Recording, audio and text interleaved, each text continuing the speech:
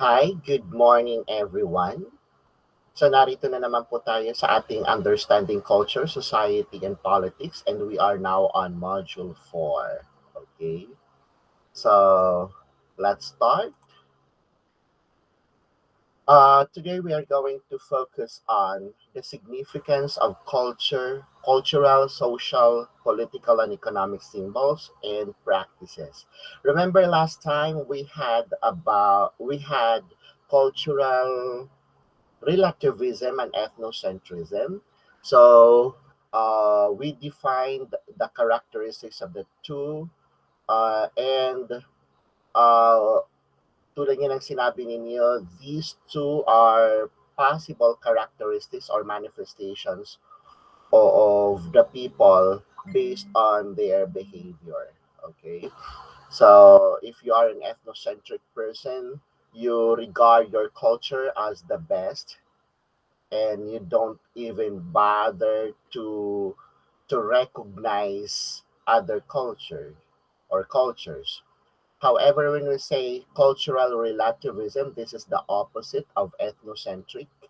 And if you are a cultural relativist, you you regard other culture as an existing culture because culture is relative. Okay, so that is cultural relativism.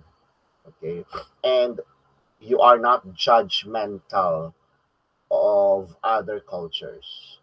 Okay, so now we are going to talk this topic. Okay, or this topic. Okay, so here's the most essential learning competency. At least you will be able to analyze the significance of cultural, social, political, and economic symbols and practices. And the following objectives are: identify cultural, social, political, and economic symbols, discuss cultural, social, political, and economic practices, and lastly, analyze the significance of cultural, social, political, and economic symbols and practices. So, ito ako, may bisita tayo today. What a pleasant day to start. You are going to learn new concepts again this week. Before you start with the discussion, notice the pictures on the next slide. Are you familiar with some of the Filipino symbols and practices? So, I hope your answer is yes. And you are going to identify and write down your answer below the picture. Pero since we are not on a face-to-face class, siguro you can write your answer na lang or your answers sa ating chat box or sa comment section. Okay? So, how about this? Okay. How about this one? And this? And the last picture is, so are you familiar with them?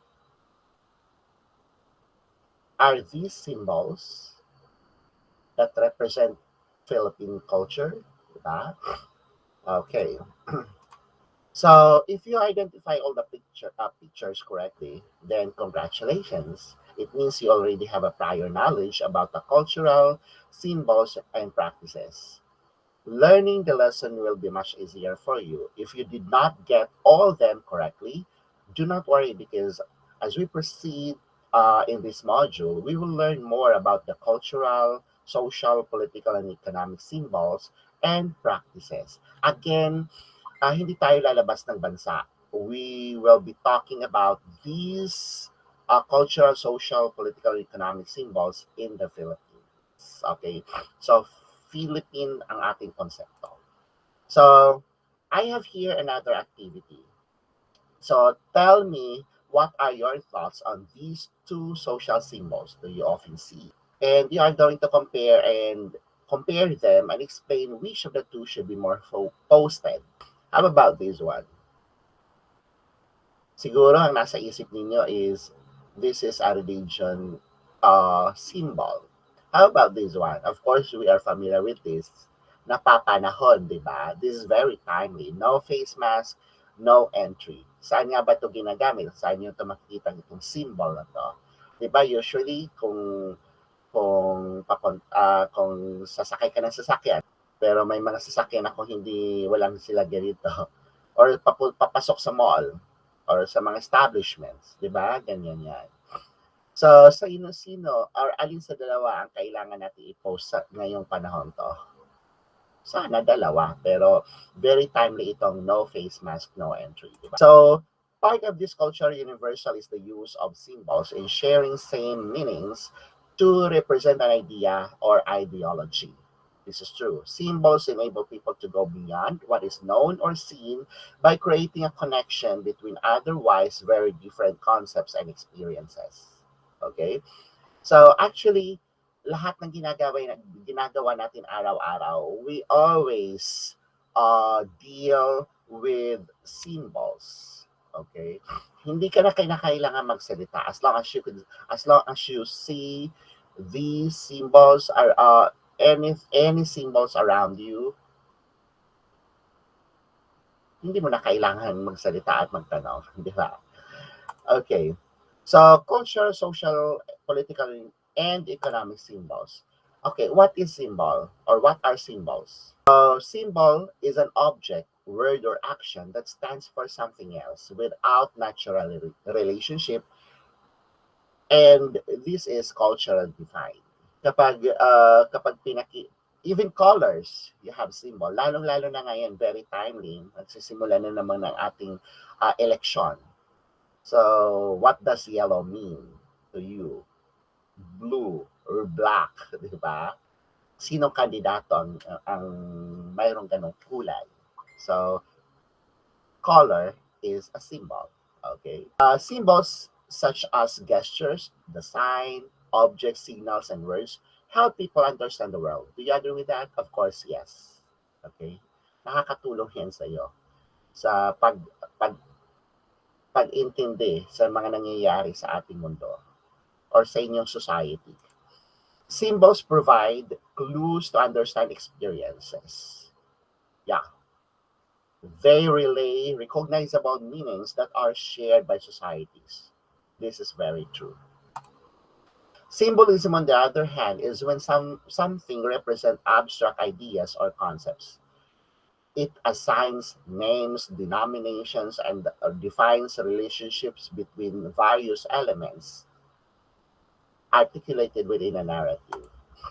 So, what are the functions of symbols? Number one, it is used to transfer culture, ideologies, or belief from group to another group of people.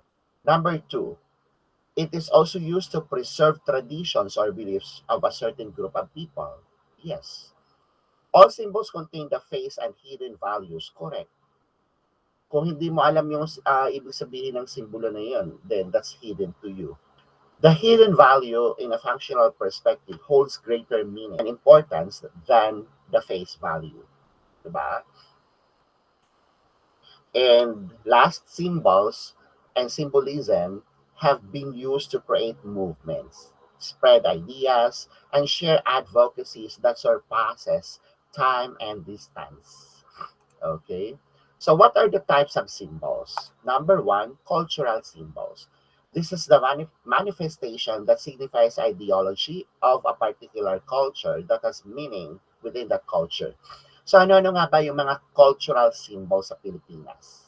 It has meaning of that particular symbol. Siguro, wag na tayo lumayo sa religion ng mga Katoliko. Cross. Okay, what is the symbol of cross? Diba? Many would say a symbol of sacrifice, or many would say it is life. It is Jesus, di ba? Letter B, social symbols relating to human societies and its modes of organization.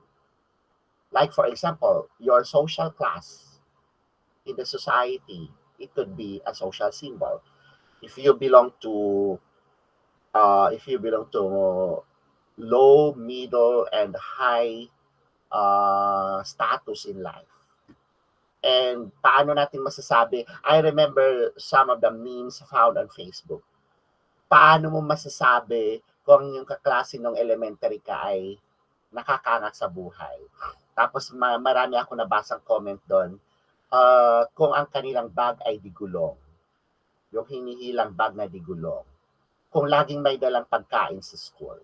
So that could be a social symbol. So even social issues, it can be a social symbol. Ang ating bansa ba ay talamak ang krimen? Ano ang magiging symbol nun sa ibang bansa? Anong iisipin ng ibang bansa? Okay? So that could be a social symbol. Political symbols, which is number 3. This is used to represent a political standpoint seen in various media and forms such as banners, flag, motto, or etc. Diba? Or wag na tayong lumayo. Ngayon naman ang very evident sa politika is mga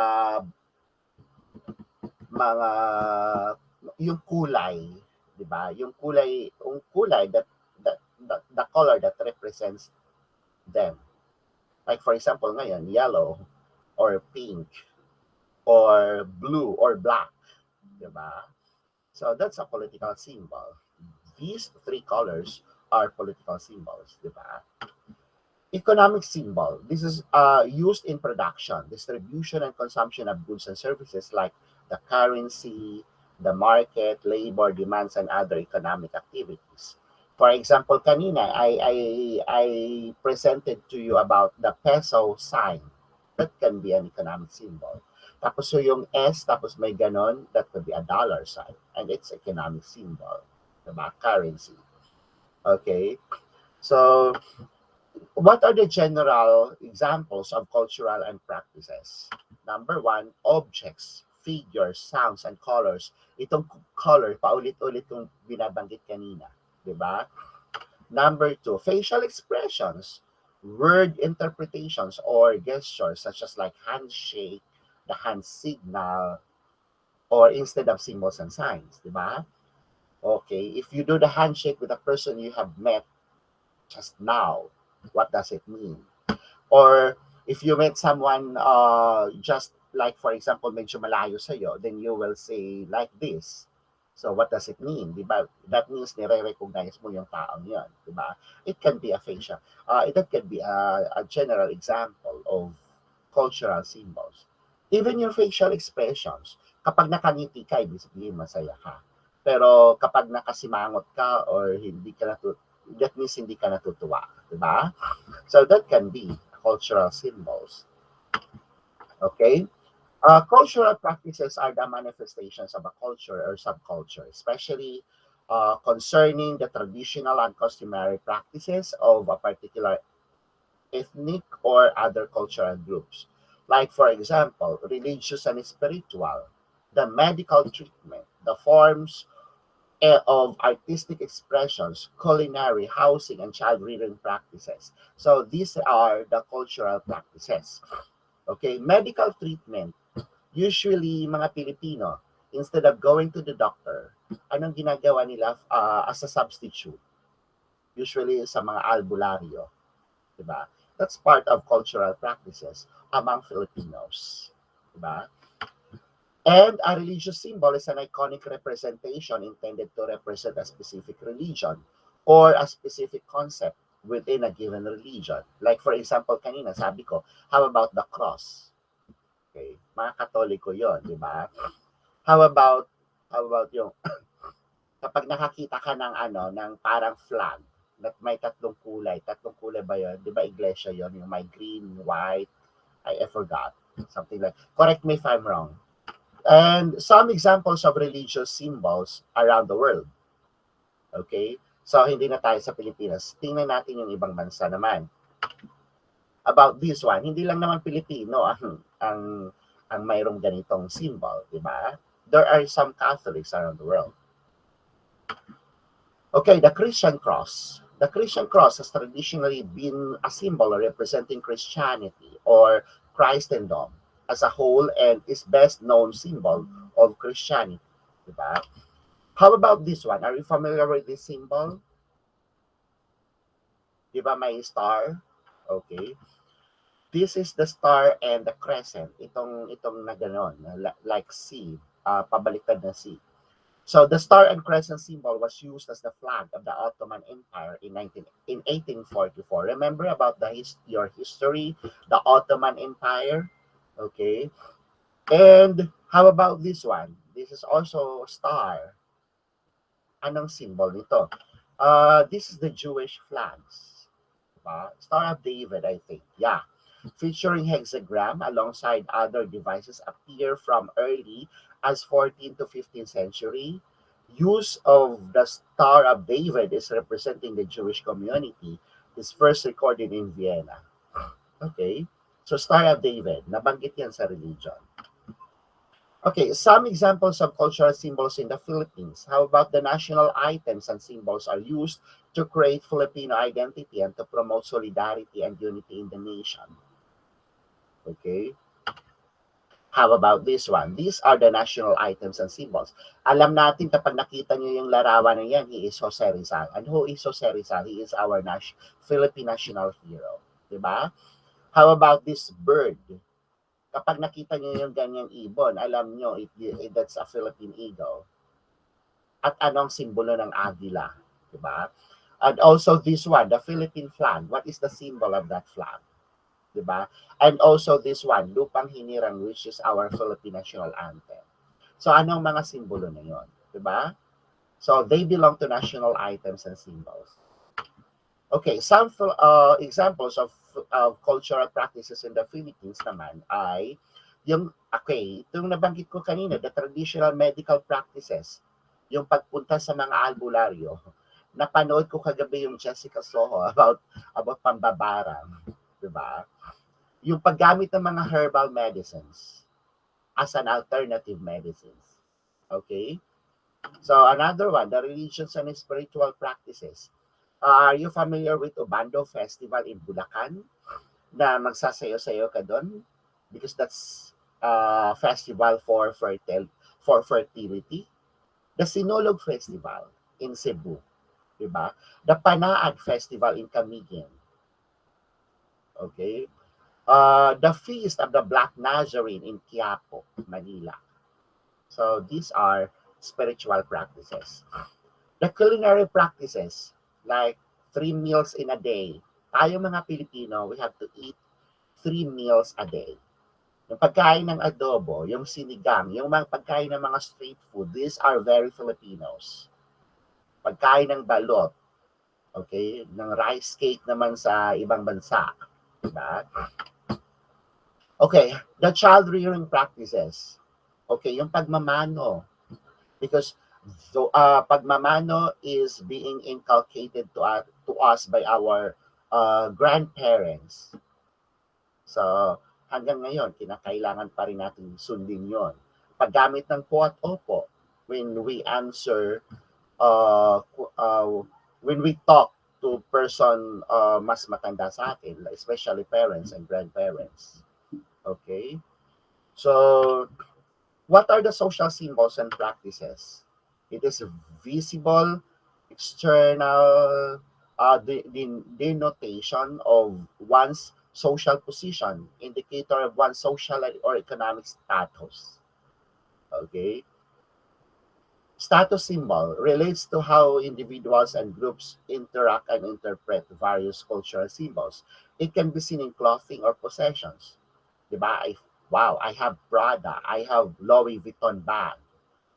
So, if you see someone having that bag on the street or in the mall, ano masasabi mo sa taong yon? Perhaps mayaman na mayaman because she has an expensive bag.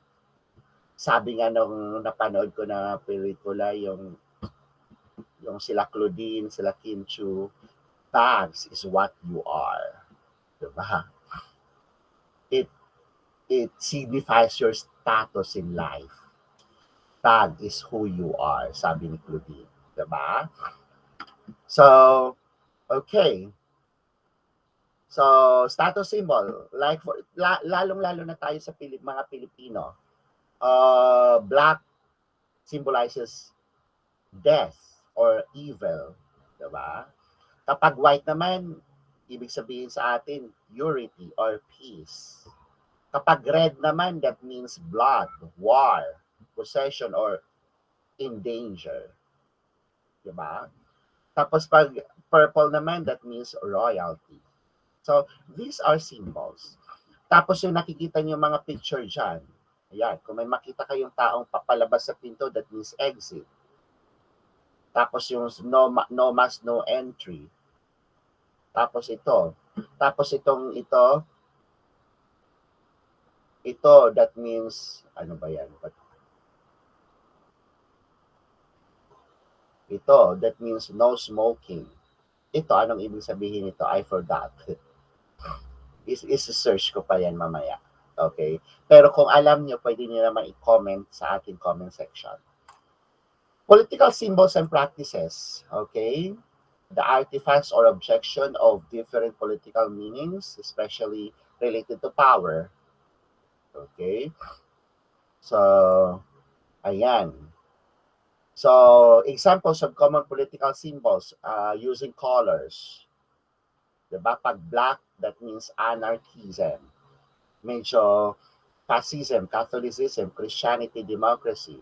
Pag blue naman, that means conservatism, Judaism, men, monarchism, liberalism. Pag sinabing brown naman, Nazism, fascism, di ba authoritarian to? Pag sinabi naman gold, that means capitalism or liberalism. Eh ngayon, ano naman ngayon? Pink. That means Lenny, di ba?